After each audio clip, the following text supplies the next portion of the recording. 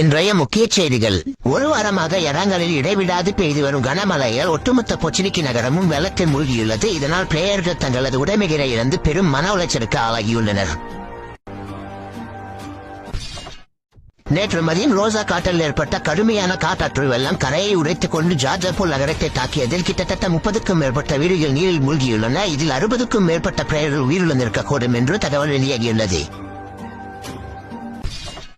கடலோர பகுதிகளை கடுமையான சூறாவளி காற்றுகள் தாக்கி வருவதால் பிளேயர்கள் இரவோடு இரவாக வீட்டை காலி செய்துவிட்டு மிராமர் பக்கம் சென்று உயிரை காப்பாற்றிக் கொள்ளுமாறு இரங்கல் அரசாங்கம் எச்சரித்துள்ளது. வெள்ள பாதிப்பில் சிக்கிய மக்களுக்கு உதவ 3 கப்பல்கள் முழுவதும் நிவாரணப் பொருட்களை நோவாவிற்கு அனுப்பியதுடன் சிறப்பு படகுகள் மூலம் வெள்ளத்தில் சிக்கியுள்ள மக்களை மீட்கவும் உதவி செய்து வருகிறது சியானாக் அரசாங்கம்.